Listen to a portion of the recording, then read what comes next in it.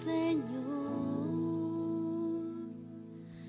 Reina, reina, toma tu lugar.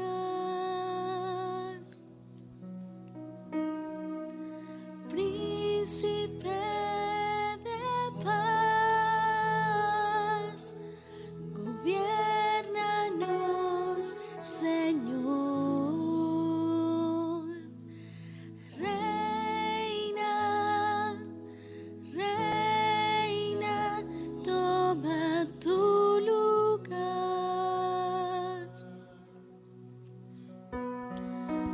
Príncipe de paz, gobiérnanos, Señor. Reina, reina, toma tu lugar. Amén, Señor. Hoy te adoramos con todo lo que hacemos, Señor. Los instrumentos tocan y suenan hoy para honrar tu nombre. Las voces hoy se levantan para honrar tu nombre. Y nuestros corazones agradecidos, Señor, hoy se levantan en agradecimiento y en amor a ti, Señor. Oh, te adoramos en esta mañana. Amén. Y bueno, después del tiempo de adoración, de alabanza, con los instrumentos, con las voces de parte de nuestro equipo de adoración y de alabanza de CDA 24/7, vamos a pasar al estudio de la palabra de Dios. El día de hoy llegamos a el versículo 9 de el capítulo número 5 del libro de Mateo, el Sermón del Monte, el mejor y más grandioso sermón predicado en toda la historia de la tierra por el más grande predicador de toda la historia, nuestro Señor Jesús. Así que humildemente nosotros como iglesia, nuestro pastor y todo el equipo de liderazgo se ha acercado humildemente a este texto para predicarlo expositivamente. Y como les decía, hoy llegamos al versículo número 9, así que yo les voy a pedir un favor, que antes del inicio vamos a orar, vamos a pedir y a rogar la ayuda del Señor para que Él nos ayude a entender su palabra. Así que por favor desde allí cierre sus ojos y nos acompañe orando y pidiéndole al Señor por su ayuda en este tiempo. Señor, hoy te queremos pedir y te queremos rogar que nos bendigas, Señor, a través de la predicación de tu palabra. Abre hoy, Señor, nuestros corazones, abre nuestra mente para escuchar tu palabra. Te rogamos también por nuestro pastor José, para que, Señor, le ayudes a predicar expositivamente tu palabra. Te rogamos que tu Espíritu Santo esté con él. Te rogamos, Señor, que permitas que esta palabra, Señor, sea de aliento, de consolación, de exhortación, pero también que sea una palabra que transforme nuestros corazones para hacernos cada vez más a la imagen de tu Hijo Jesús. Así que hoy te rogamos por el pastor José, para que le bendigas, que el Espíritu Santo esté con él y nos permita escuchar solo tu palabra, Señor. Amén. Amén. Damos gracias a Dios esta mañana por este regalo que Él nos da, el regalo de la familia eterna de Dios, que es su iglesia. Damos gracias al Señor porque podemos conectarnos, aunque no podemos reunirnos físicamente. En este tiempo Dios ha soberanamente dispensado estos recursos tecnológicos para que la iglesia pueda seguir conectada a pesar que no se puede reunir físicamente. Y por eso alabamos y damos gracias a Dios, porque podemos seguir adorando juntos, podemos seguir haciendo aquello para lo cual Él nos ha creado y nos ha redimido. Fuimos creados para adorarle, fuimos redimidos para adorarle, para conocerlo, para disfrutarlo para siempre. Damos gracias al Señor por eso. Y en la mañana de hoy vamos a avanzar entonces en nuestro estudio del Sermón del Monte o el Sermón de la Montaña. Y el título para el día de hoy es Felices los pacificadores. Esta es la serie El Sermón del Monte. Y vamos a reflexionar en el versículo 9. Mateo capítulo 5, versículo 9, dice de la siguiente manera: Bienaventurados los que procuran la paz, pues ellos serán llamados hijos de Dios. La paz es la búsqueda del ser humano, la búsqueda de la paz. Es la búsqueda del ser humano a través de los siglos. Paz interior, paz con el prójimo. Pero esta paz no es posible si no tenemos paz para con Dios. Y para poder estar en paz con Dios, el Señor Jesús entonces comienza la enseñanza de este sermón en la montaña con las bienaventuranzas. Él dice que para ser felices o bienaventurados, el hombre debe, en primer lugar, reconocer su miseria y bancarrota espiritual. Debe ser un pobre en espíritu. En segundo lugar, el hombre debe llorar. Este pobre en espíritu debe estar quebrantado por sus pecados. Debe estar realmente arrepentido y abandonar su pecado. En tercer lugar, el pobre en espíritu y que está arrepentido y quebrantado por sus pecados, también debe ser manso. Debe someterse a Dios y aceptar su voluntad en su vida. En cuarto lugar, este pobre hombre, este miserable, necesita tener hambre y sed de justicia. Debe tener hambre y sed de Cristo, porque Cristo es la respuesta de Dios para el pecado del hombre. En quinto lugar, el hombre que ha recibido estas bienaventuranzas debe mostrar también misericordia, porque ha recibido misericordia en Cristo. En sexto lugar, este hombre debe entonces tener un corazón limpio, un corazón puro, para poder ver a Dios ahora, de este lado de la eternidad, teniendo una relación íntima y correcta con el Señor. Y para que pueda ver a Dios en la eternidad con sus ojos físicos. Por esta razón es que en el versículo 9, Mateo dice que Jesús predicando declaró: bienaventurados los que procuran la paz, pues ellos serán llamados hijos de Dios. Hace apenas unos días, el gobierno autorizó el primer día sin IVA y las personas salieron en masa a hacer compras en todos los centros comerciales y supermercados del país. Pero ¿sabe qué es lo único que no pudo comprar ningún colombiano? Ni siquiera lo encontró con descuento del IVA: la paz.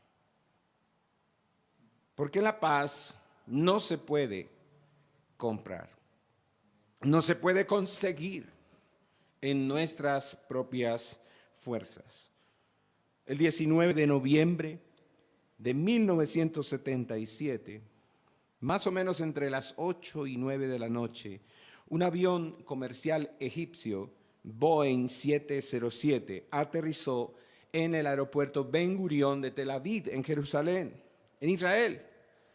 Era el comienzo de la historia de una reconciliación. Era el comienzo de una visita histórica de un presidente de Egipto, el presidente Anwar al-Sadat, a Jerusalén. Al periodista de la revista Time que lo entrevistó, el presidente egipcio le dijo: lo que quiero de esta visita es que sea derribada la muralla que hemos creado entre Israel y nosotros, la muralla psicológica que nos separa. Sadat fue llamado y reconocido como un pacificador por los líderes mundiales. ¿Por qué? Porque tomó la iniciativa de derribar murallas que separaban a los dos pueblos desde hacía 3.500 años. ¿Les suena familiar? Derribar el muro de división, esa expresión la conocemos. Eso es precisamente lo que Pablo escribe en su carta a los Efesios que Jesús vino a hacer. Efesios capítulo 2, versículos 12 al 16, habla de que Jesús vino a derribar una muralla de división que nos separaba de Dios, nos separaba entre los pueblos, entre judíos y gentiles.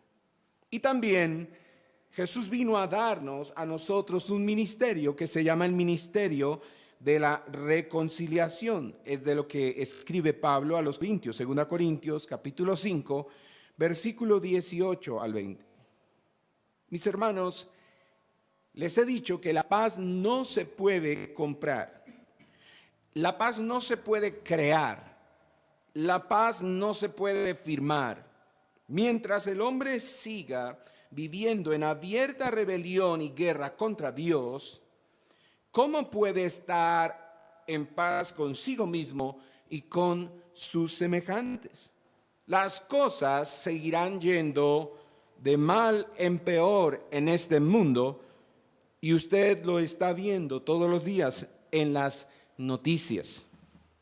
¿Qué ocasiona, por ejemplo, que 7 hombres uniformados del ejército colombiano violen a una niña de 13 años de la comunidad indígena en Vera, en Risaralda? Ahora, miremos hacia adentro de nosotros. ¿Qué ocasiona el odio y la rivalidad y la división entre creyentes? El apóstol Santiago nos da la respuesta a esa pregunta. Él escribe en el capítulo 4, versículos 1 al 4, ¿de dónde vienen las guerras? Lo contrario a la paz. ¿De dónde vienen las guerras y los conflictos entre vosotros? Lo contrario a la paz. ¿No vienen de vuestras pasiones que combaten en vuestros miembros? Codiciáis y no tenéis, por eso cometéis homicidio. Sois envidiosos y no podéis obtener, por eso combatís y hacéis guerra. Porque somos envidiosos y cuando no obtenemos lo que deseamos, combatimos y hacemos guerra. No tenéis, dice Santiago, porque no pedís. Pedís y no recibís, porque pedís para malos propósitos, para gastarlo en vuestros placeres. Entonces, todo esto se resume en la siguiente expresión, versículo 4. Oh almas adúlteras, almas divididas, decíamos hace un par de domingos. Almas conectadas doblemente. Almas que quieren amar a Dios, pero que quieren también amar las cosas de este mundo. Porque adulterio significa doble unión. ¿No sabéis, dice Santiago, que la amistad del mundo es enemistad hacia Dios? Por tanto, el que quiere ser amigo del mundo se constituye enemigo de Dios. Confirmando Santiago que el hombre está en guerra con Dios. Santiago nos señala 3 clases de guerra en ese pasaje. Una guerra externa, en primer lugar. Los hombres están en guerra unos con otros, es lo que dice el versículo 1. Dice, ¿de dónde vienen las guerras y los conflictos entre vosotros? Los hombres, en primer lugar, estamos en guerra unos con otros. Así es. El ser humano está en guerra todo el tiempo. La escasez de paz en este mundo ha llevado a alguien a sugerir que la paz es ese glorioso momento de la historia en que todo se detiene para recargar las armas. En 1968, hace apenas 52 años, un importante periódico reportó que hasta esa fecha había habido 14.553 guerras conocidas desde 36 años antes de Cristo. Quiero repetir esa información. 14.553 guerras habían sucedido hasta 1968 desde 36 años antes de Jesús. Increíble. Ha habido más o menos 70 guerras y casi 200 brotes de violencia de importancia internacional desde el año 1945. Así que no hay paz entre nosotros.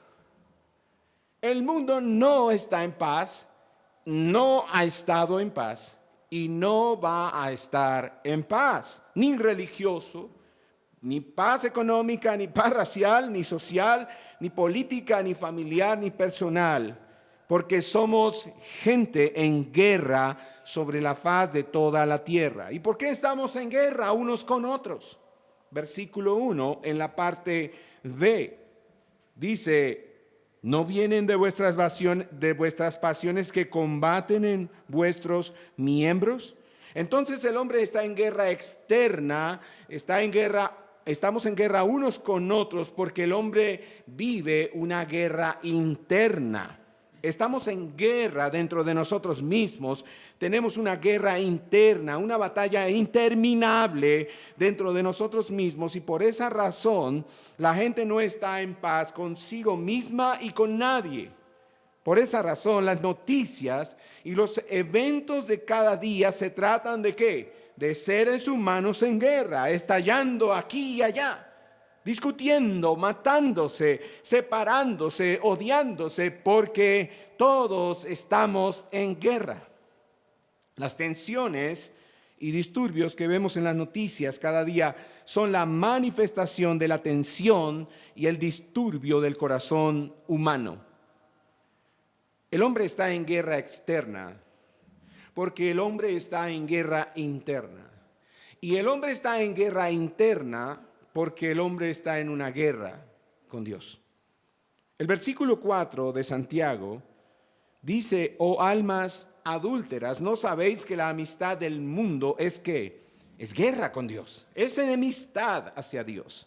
Y esa palabra enemistad es la palabra griega ethros, que significa guerra, significa odio, hostilidad, significa conflicto. El hombre está en guerra con Dios. El doctor Adrian Rogers dice: hasta que usted no esté en paz con Dios en este mundo, solo va a ser un problemático y no un pacificador. Entonces, hasta aquí hemos aprendido en el Sermón de la Montaña que la felicidad, el gozo del hombre no se encuentra en lo que puede tener, ni en lo que puede hacer, o en sus logros, porque esa felicidad, hemos aprendido, no es real, no es verdad. Jesús nos enseña que el ser humano puede llegar a ser feliz solamente si está en paz con Dios. Y no se trata, dice John Stott, de una paz barata. Así como muchos predican una gracia barata, hay muchos que predican una paz barata. Porque Dios nos perdona solo cuando nos arrepentimos. Es decir, no hay reconciliación y no hay paz sin arrepentimiento. A veces tendremos que vivir con el dolor punzante, dice John Stott, y hasta podemos ser malentendidos porque queriendo la paz y la reconciliación no es posible hacerlo cuando no hay arrepentimiento. Cuando una persona no admite la ofensa ni se lamenta, no se puede ganar a alguien que no quiere escuchar. Mateo 18:15, que es un texto muy conocido por todos nosotros, dice: y si tu hermano peca, ve y repréndelo a solas. Si te escucha, has ganado a tu hermano. Si te escucha, hay paz, hay reconciliación, no hay guerra. Pero la clave es que el otro escuche. Y que el otro escuche significa que se arrepiente y que se aparta de su pecado. Por eso dice John Stott que a veces tendremos que vivir con un dolor punzante y hasta podemos ser malentendidos porque queriendo la paz y la reconciliación no es posible hacerlo cuando no hay arrepentimiento, cuando una persona no admite su ofensa ni se lamenta, porque no se puede ganar a alguien que no quiere escuchar. El versículo 9 nos dice que el hombre puede ser feliz si es un pacificador, y es un pacificador porque ha llegado a ser un hijo de Dios. Así que vamos a estudiar esto el día de hoy. ¿Quién puede darnos la paz? ¿Cuál es el enemigo de la paz y quiénes son los agentes de la paz? 3 puntos importantes para hoy. El Dios de paz, número 1. El enemigo de la paz, número 2. Y tercero, los agentes de la paz. Número 1. El Dios de paz.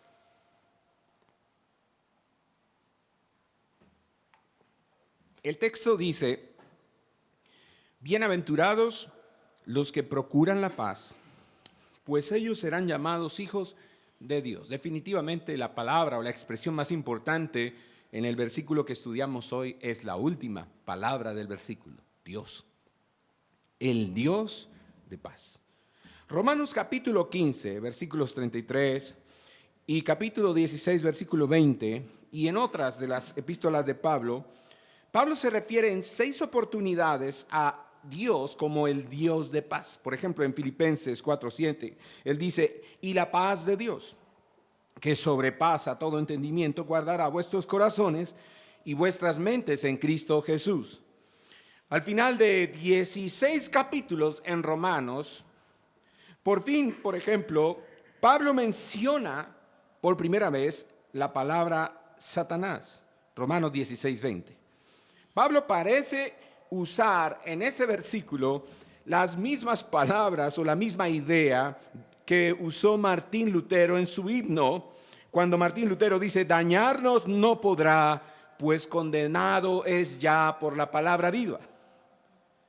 Si hay algo que decir sobre Satanás, sobre aquel que divide, que provoca disensión entre hermanos, aquel que es experto en robar, en matar y destruir, es lo que dice el versículo 20 de Romanos 16.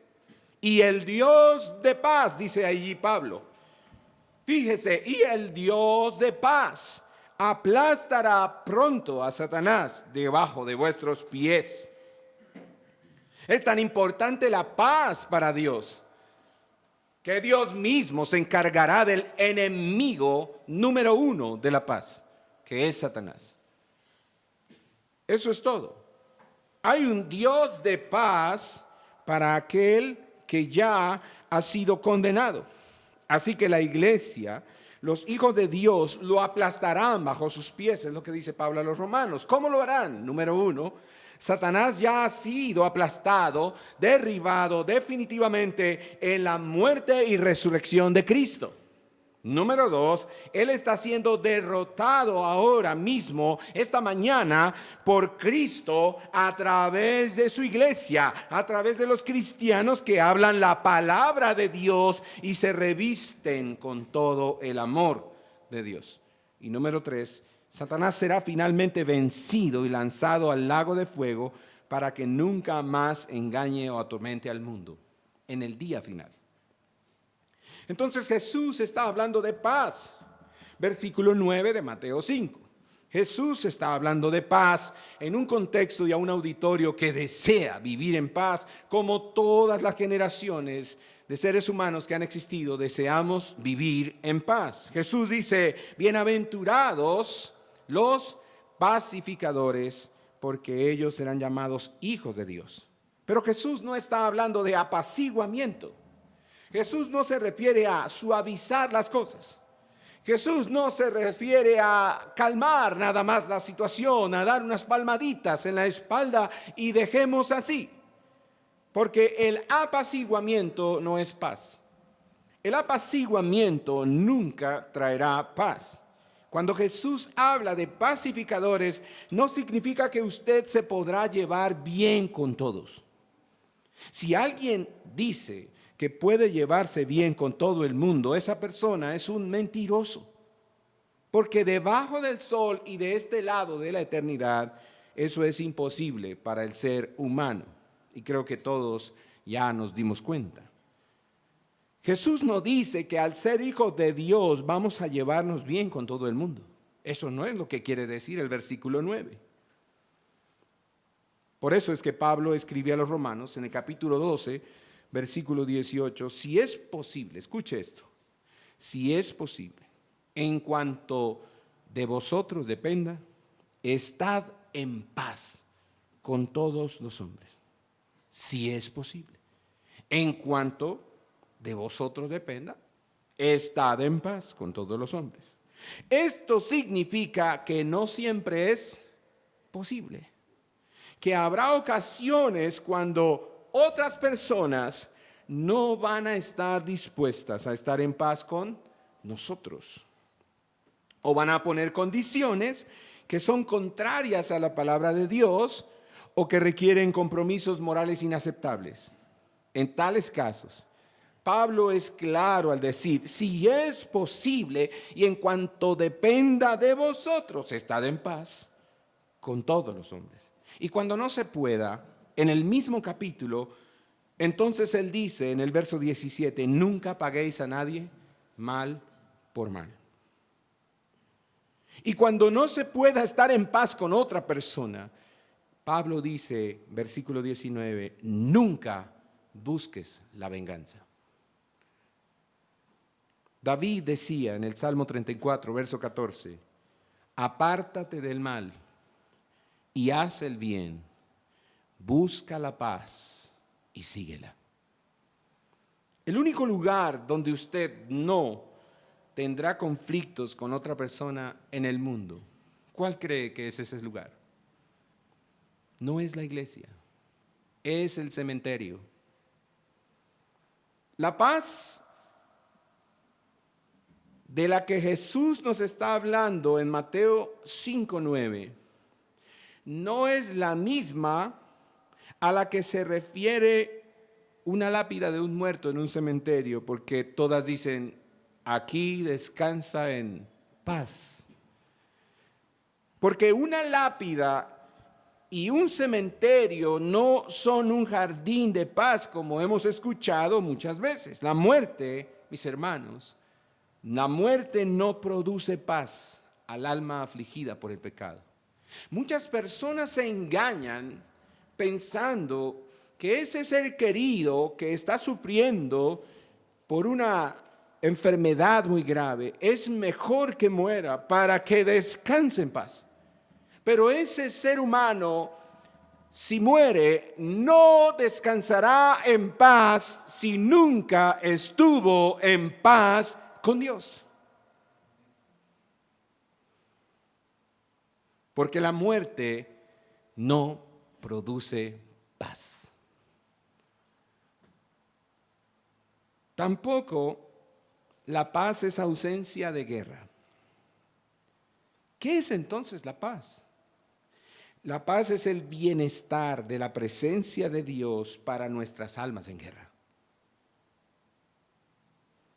¿Cómo poder vivir tranquilamente, en paz, pacíficamente, en un mundo en guerra? ¿Cómo? Necesito el beneficio, el bienestar de la presencia de Dios en mi corazón para que pueda tener paz. Fíjense que a unas horas nada más de la muerte de Jesús en la cruz, Jesús está reunido con sus discípulos y lo que más le preocupa a Jesús es que ellos tengan paz. Y por eso Jesús les dice en Juan 14, 27, la paz os dejo, mi paz os doy. No os la doy como el mundo la da. No se turbe vuestro corazón ni tengan miedo. ¿Y por qué Jesús comienza diciéndoles allí, mi paz os dejo, mi paz os doy? Porque Jesús sabe lo que Santiago sabía, lo que Santiago denuncia. Jesús sabe de dónde provienen las guerras y los conflictos entre nosotros, de nuestros propios corazones insatisfechos e infelices. Los judíos utilizan una palabra para la paz, la palabra shalom. Ellos se refieren a la paz. Y cuando las personas se saludan diciendo shalom, no significa que estén libres de conflicto. Significa que desean el bienestar de la presencia de Dios en medio del conflicto. La paz, repito, no es apaciguamiento, no es hacer tregua para recargar de nuevo, no es ausencia de guerra. La paz es estar en una relación correcta con Dios que me lleva a estar en una relación correcta conmigo mismo y nos lleva a tener una relación correcta unos con otros. La paz es el resultado de la justicia del príncipe de paz. El profeta Isaías dice en el capítulo 23, versículos 1, 2 y 17, que el rey justo del que él está hablando, este Mesías prometido, el rey justo será como refugio y escondedero, como arroyos de aguas en la sequedad, y que el efecto de su justicia, de la justicia de este rey justo que es Jesús, será paz, reposo y seguridad para siempre. Así que los verdaderos matetes de Jesús, los verdaderos discípulos de Jesús, descansan en la paz que el Salvador imparte a sus almas. Si una persona es injusta, esa persona nunca tendrá paz. Si una persona es injusta, esa persona nunca podrá gozar de paz. Porque Isaías 57, 21 dice, porque no hay paz, dijo Dios, para los impíos. La única forma que una persona pueda tener paz es teniendo justicia. La secuencia de Mateo 5 es pobreza, luego viene llanto, luego viene humildad, luego viene hambre y sed, tener hambre y sed de justicia. Luego tener misericordia porque conmigo han tenido misericordia. Luego tener un corazón limpio, íntegro. Y entonces viene al final, verso 9, paz. Es decir, que las bienaventuranzas indican el requisito para que haya paz. No hay paz si no hay pureza, si no hay integridad. Santiago 3:17 dice que la sabiduría que es de lo alto es primeramente pura y después pacífica. ¿Se da cuenta? Primero va la pureza de corazón, después la paz. ¿El Evangelio qué hace? El Evangelio nos limpia primero y después produce paz en el corazón. Hebreos capítulo 7, versículo 2 dice acerca de Melquisedec, que es un tipo de Jesús en el Antiguo Testamento, que su nombre, el nombre Melquisedec, significa primeramente rey de justicia y también rey de Salem, que es la palabra para Shalom. Esto es rey de paz. Usted lo puede ver, primero rey de justicia, después rey de paz. Primero va la justicia, después va la paz. El salmista escribió que usted no, el salmista escribió en el Salmo 85, versículo 10, lo siguiente: La misericordia y la verdad se han encontrado. Luego dice, la justicia y la paz se han besado. Se conectan allí también en el Salmo 85, la justicia y la paz. Así que usted no puede tener paz si no tiene un corazón limpio, pero no puede tener paz si no tiene justicia. Ese regalo de Dios, la paz, es tan importante en el reino de Dios que Jesús lo imparte a sus discípulos. Jesús quiere que ellos tengan paz y no tengan miedo. Y entonces ese gran regalo de Dios, la paz, tiene un adversario, tiene un enemigo formidable. Ese es nuestro segundo punto de estudio hoy, el enemigo de la paz. Bienaventurados los que procuran la paz, pues ellos serán llamados hijos de Dios.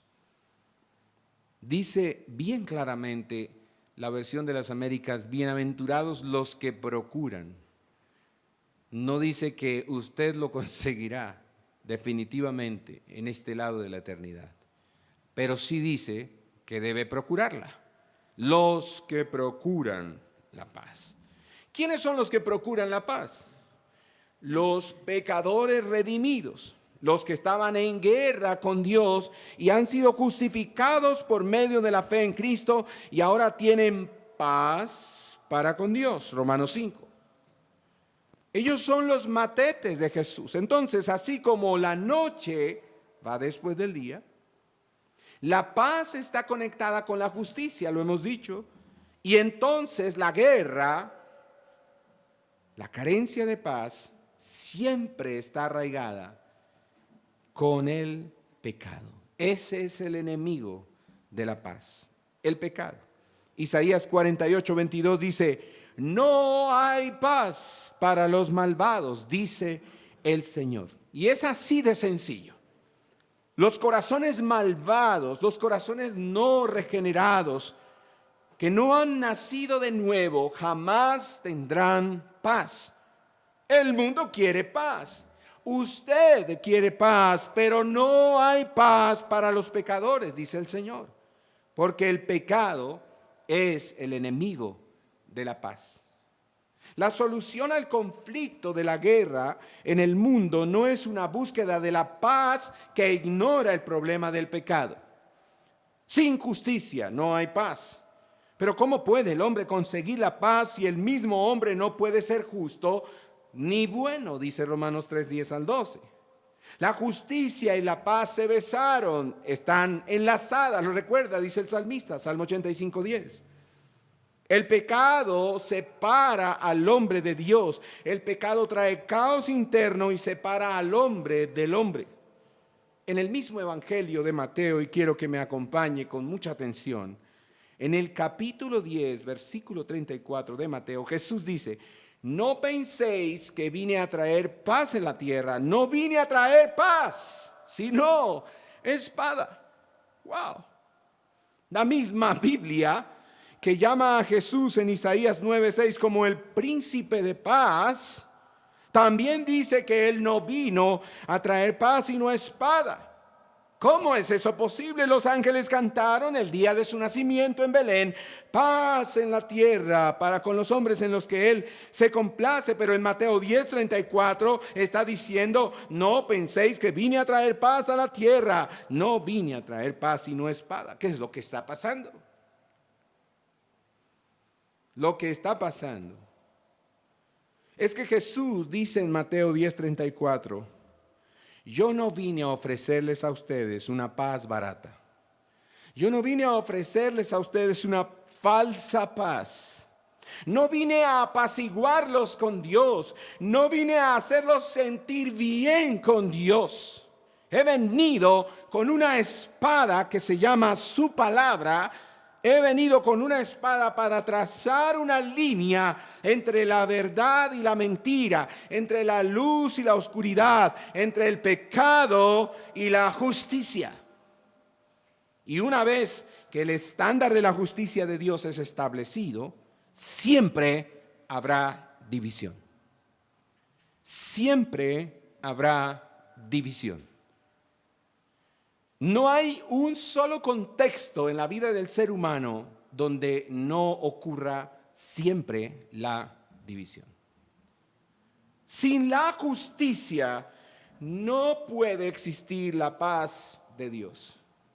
La enseñanza de Jesús es como un bisturí que primero debe herir al paciente antes de sanarlo. La paz nunca puede llegar donde persiste el pecado, porque Dios nunca hará una tregua con el pecado. Dios está en guerra con el pecado y con el hombre que persiste en el pecado. Dios dice, por ejemplo, en el Salmo 101:7, el que practica el engaño no morará en mi casa. El que habla mentiras no permanecerá en mi presencia. Salmo, capítulo 11, versículo 5 dice, Dios aborrece al que ama la violencia. ¿Lo puede ver? No dice Dios ama al pecador. Dice que Dios lo aborrece. Dios aborrece al que ama la violencia. Y el Salmo 5, versículo 4 dice que Dios aborrece a los que hacen iniquidad. Y en el Salmo 7, versículo 11, el Señor se indigna cada día contra el impío. Hay muchas personas que anuncian, yo estoy en paz con Dios. Ellos se acercan a Jesús con su espada de odio y de aborrecimiento por la pureza y la justicia de Dios. Ellos quieren la paz de Dios, pero no su justicia. Y hasta que no se rindan y entreguen su espada y dejen de luchar contra Dios, no tendrán paz. Lo primero que deben hacer es entregar, rendir sus armas. Como lo primero que entrega el ejército que se rinde porque ha sido vencido en la guerra, lo primero que ese ejército vencido entrega es sus armas, sus espadas, sus fusiles. Así que no puede haber paz hasta que no haya rendición. Jesús no vino a pactar con pecadores. Él vino a salvar a los pecadores. Solo aquellos entonces que se rinden totalmente al señorío de Jesucristo podrán ser salvos, podrán tener paz. La semana pasada aprendimos por qué David fue el hombre conforme al corazón de Dios, a pesar de todos esos terribles pecados. Y si hoy pensamos nuevamente en ese personaje, en David, el día de hoy hay un personaje muy cercano a David que nos ayuda a reflexionar mejor sobre este tema de la paz. Una persona muy cercana a David, Absalón. Absalón nunca tuvo paz porque siempre estuvo en guerra con Dios, en guerra consigo mismo y en guerra con su padre, David. Fíjese la diferencia. Cuando David vio la injusticia de Saúl, David no hizo justicia por su propia mano. David no tocó a Saúl. David dejó a Saúl en las manos de Dios. Ahora mire la diferencia. Absalón supo de la injusticia de su hermano Amnón con su hermana Tamar. ¿Y qué hizo Absalón? Él decidió hacer justicia por sus propias manos. ¿Por qué? Usted dirá ¿por qué? Bueno, yo sé que ese corazón humanista, ese corazón permeado por todo el humanismo de esta generación, diría, pues es lógico, pastor, si a usted le violan a su hermana, usted estará muy enojado, y si usted es hermano de su hermana que ha sido violada por su hermano, pues usted estará muy enojado con su hermano. Pero este no es cualquier hermano, es Absalón. Es hijo del rey David, que le ha modelado a su hijo qué se debe hacer cuando alguien actúa con injusticia conmigo. Absalón no sigue el ejemplo de su padre. Absalón toma la justicia en sus manos. Y el texto dice en segundo libro de Samuel 13:22, ¿por qué toma la justicia en sus manos? ¿Qué predominó en Absalón? ¿Qué dice la Escritura? Que Absalón odiaba a Amnón. De manera que por 2 años, escuche esto, 2 años, cuando usted tiene el corazón desahuciado, cuando usted tiene el corazón en guerra,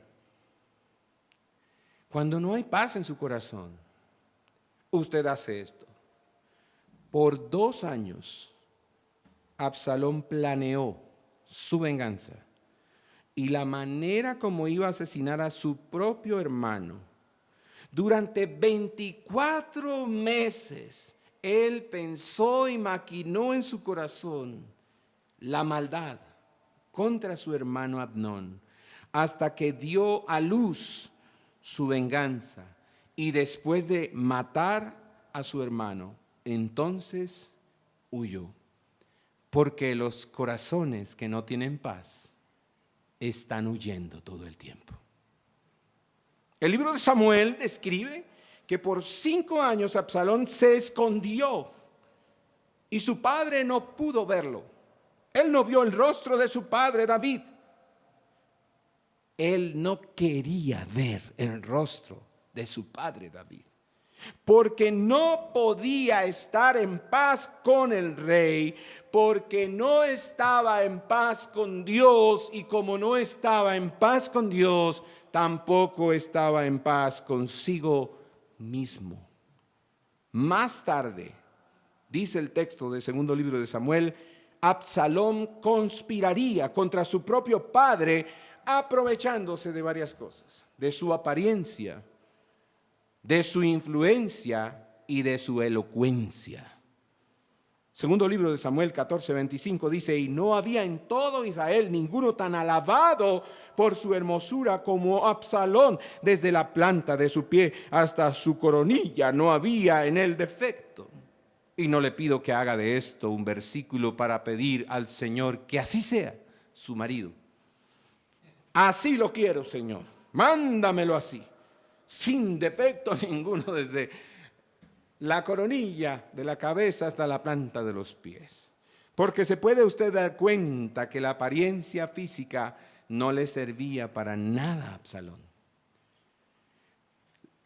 El apellido tampoco le servía para nada. Ser hijo del gran rey David no le fue útil, porque Absalón tenía un grave problema. Absalón no tenía paz. Estaba en guerra con Dios, por eso estaba en guerra consigo mismo, por eso entró en una guerra contra Amnón y entró en una guerra contra su padre, David. La Biblia dice que 4 años más tarde, Absalón se robó el corazón de los hombres en Israel. Y yo quiero leer para usted el texto bíblico en el segundo libro de Samuel, capítulo 15, versículos 1 al 10, porque es una historia hermosa. Aunque es triste, es una gran historia. Aconteció después de esto que Absalón se hizo de un carro y caballos y de 50 hombres que corrieran delante de él. Y Absalón se levantaba temprano y se situaba junto al camino de la puerta. Y sucedía que todo aquel que tenía un pleito y venía al rey para juicio, Absalón lo llamaba y decía, ¿de qué ciudad eres? Y éste respondía, tu siervo es de una de las tribus de Israel. Entonces Absalón le decía, mira, tu causa es buena y justa, pero nadie te va a escuchar de parte del rey. Decía además Absalón, ¿quién me nombrara juez en la tierra? Entonces todo hombre que tuviera pleito o causa alguna podría venir a mí y yo le haría justicia. Y sucedía que cuando alguno se acercaba y se postraba ante él, él extendía su mano y lo levantaba y lo besaba. De esta manera, versículo 6, Absalón trataba a todo israelita que venía al rey para juicio. Así, Absalón robó el corazón de los hombres de Israel. Y aconteció que al cabo de 4 años, Absalón dijo al rey: te ruego me dejes ir a Hebrón a pagar mi voto que he hecho al Señor. Pues tu siervo prometió un voto mientras habitaba en Gesur, en Harán, diciendo: si en verdad el Señor me hace volver a Jerusalén, entonces yo serviré al Señor. Y el rey le dijo: vete en paz. Y él se levantó y fue a Hebrón. Pero Absalón, versículo 10, envió espías por todas las tribus de Israel, diciendo: tan pronto oigáis el sonido de la trompeta, entonces diréis, ¿qué cosa? Absalón es rey en Hebrón.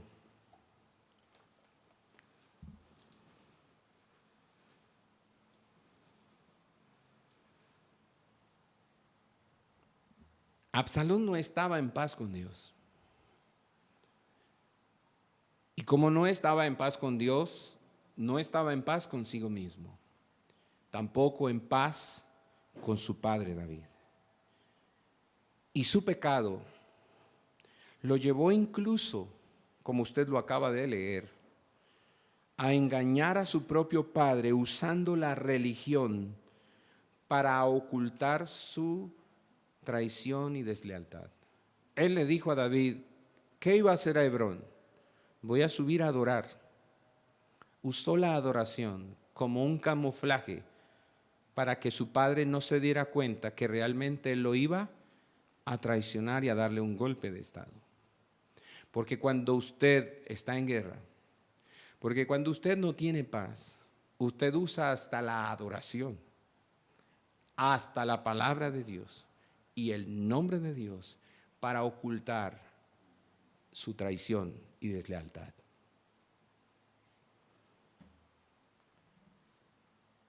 Lo más trágico de esto, mis hermanos, es que el nombre de Absalón se deriva de 2 palabras en hebreo, 2 términos, o un término mejor, que yo no soy un experto en lingüística, pero sé que es un término y una palabra. Es la partícula ab y la palabra chalón. Se dice en hebreo avichalón. Absalón en hebreo se dice avichalón, que significa hijo de paz. Esto es lo más trágico. El nombre Absalón significa: mi nombre es paz, mi nombre es amigable, mi nombre es elocuencia, mi nombre es paz con Dios. Esa es la paradoja. Absalón tenía nombre de paz y un discurso de paz, pero su corazón no estaba en paz, porque su corazón era un corazón desahuciado. Era un corazón corrompido, porque el enemigo de la paz es el pecado. Entonces, la pregunta es: ¿quién podrá entonces ser amigo de la paz? ¿Quién podrá ser un pacificador? Eso nos lleva al tercer punto. Ellos son los agentes de la paz. Punto número 3, los agentes de la paz. Los que dice el versículo 9 de Mateo 5 en la segunda parte. Esos son los que Dios llama mis hijos. Son llamados hijos de Dios. Los agentes y embajadores de la paz solo pueden ser aquellos que son verdaderos hijos de Dios. Verdaderos matetes de Jesús. Son aquellos que han adquirido la paz de Dios por medio de Cristo. Jeremías capítulo 29, versículo 11 en la Reina Valera del 60. Usted va a verlo en la versión de las Américas, yo le voy a leer en la versión Reina Valera del 60. Dice: porque yo sé los pensamientos que tengo acerca de vosotros, dice Jehová, pensamientos de paz y no de mal, para daros el fin que esperáis. Quiere decir Jeremías que cuando Dios piensa en nosotros, en el pueblo de Dios, en la iglesia, Él piensa en darnos lo que más necesitamos. ¿Y qué es lo que más necesitamos? Desde el principio hemos dicho que el hombre ha estado en guerra constantemente y lo seguirá estando, porque debajo del sol y de este lado de la eternidad no es posible la paz duradera.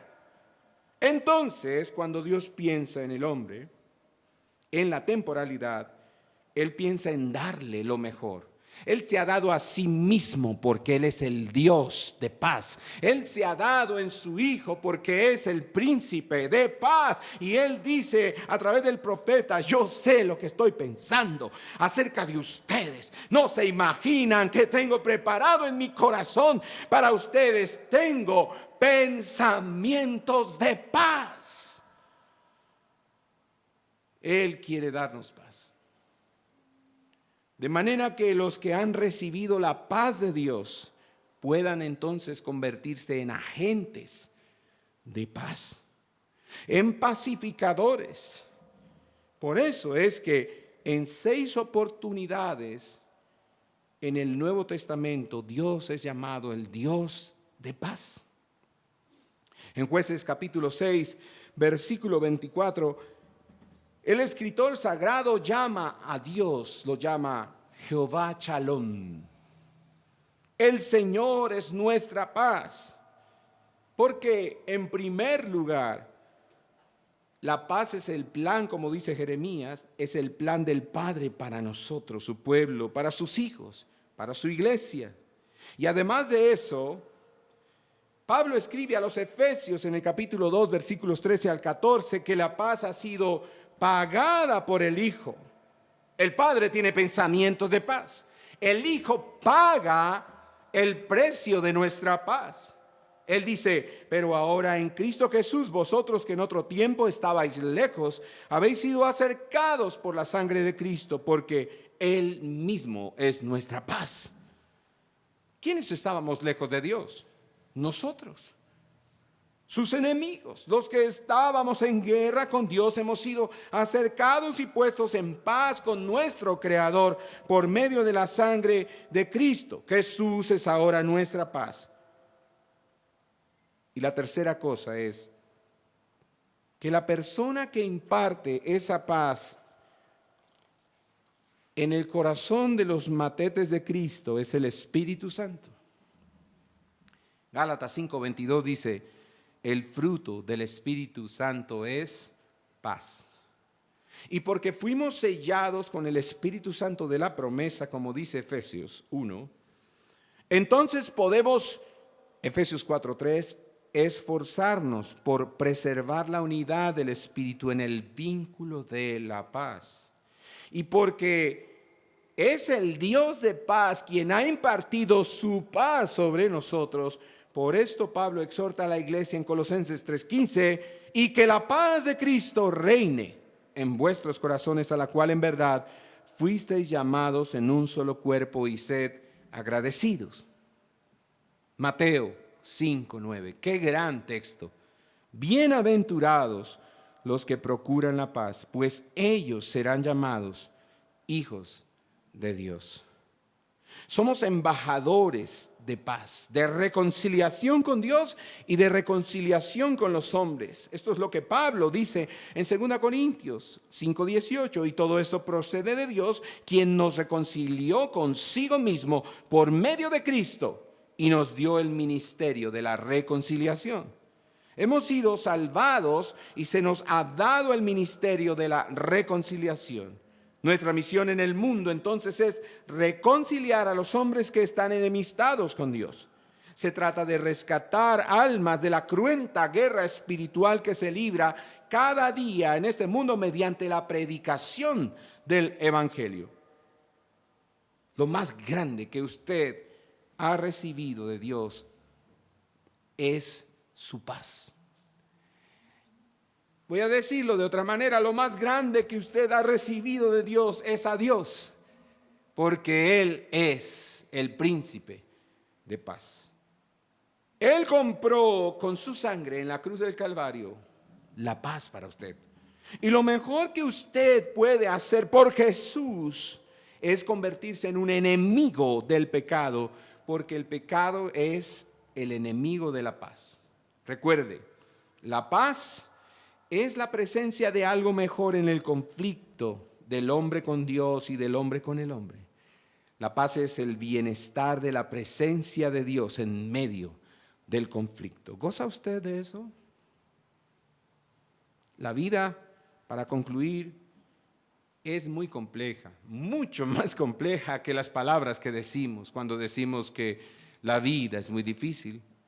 Es más difícil de lo que decimos, de lo que pensamos o imaginamos. La vida es compleja porque el mundo está dividido, fragmentado, en guerra por causa del pecado.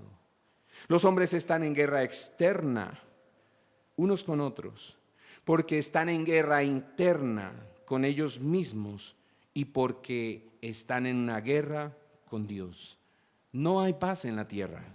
Siempre hemos estado en guerra con algunos breves periodos de paz para recargar nada más y volver a la guerra. Por causa de la enemistad del hombre con Dios, todas las demás relaciones y cosas en su vida no tienen paz. La palabra shalom, estamos concluyendo y haciendo recapitulación.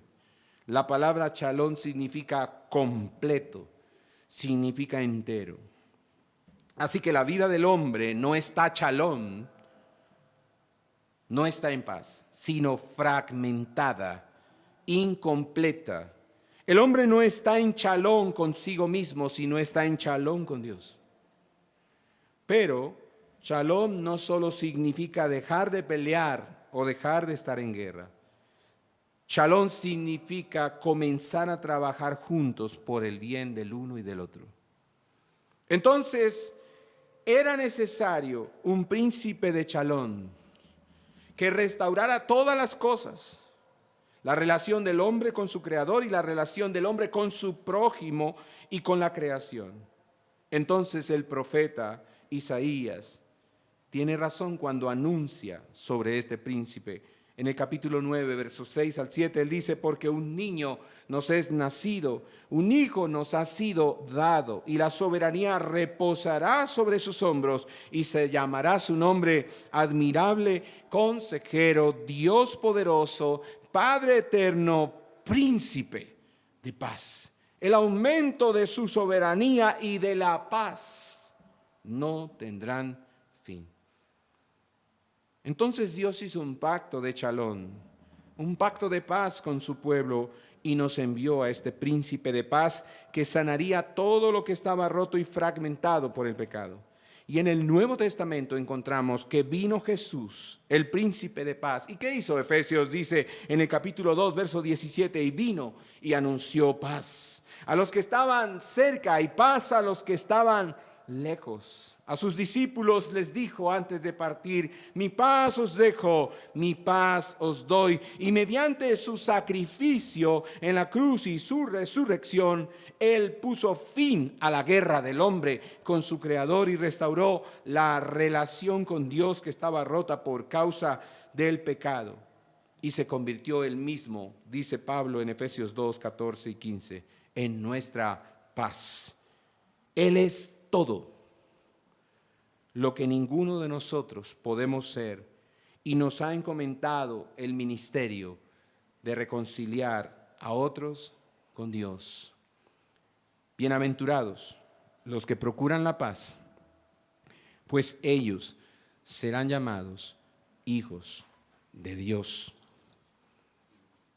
Padre, te alabamos esta noche, esta mañana, y te damos gracias por tener esos pensamientos acerca de nosotros. Te damos gracias porque al pensar en nosotros, tú sabes que estamos en guerra contigo, estamos en guerra con nosotros mismos y con otros. Y entonces piensas, ellos necesitan paz. Y lo prometes a través de Jeremías.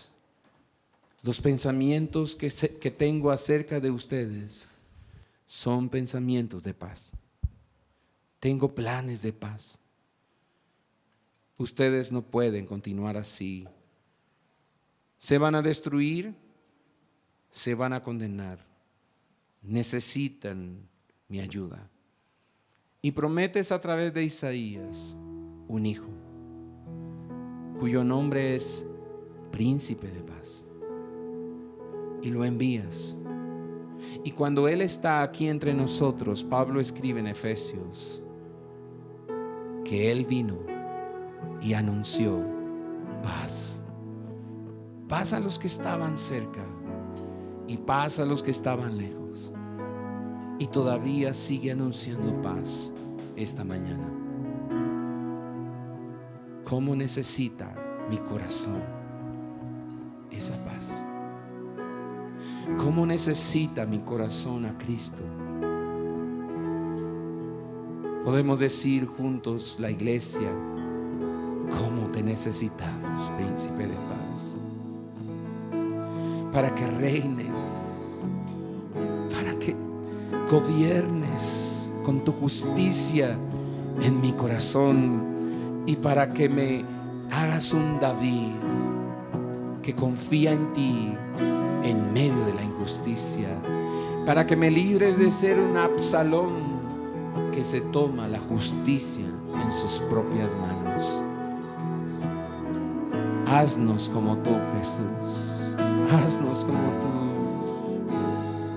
Un príncipe de paz, un Padre, Dios de paz. Haz a tu pueblo, a tu iglesia, a tus hijos, un pueblo de paz.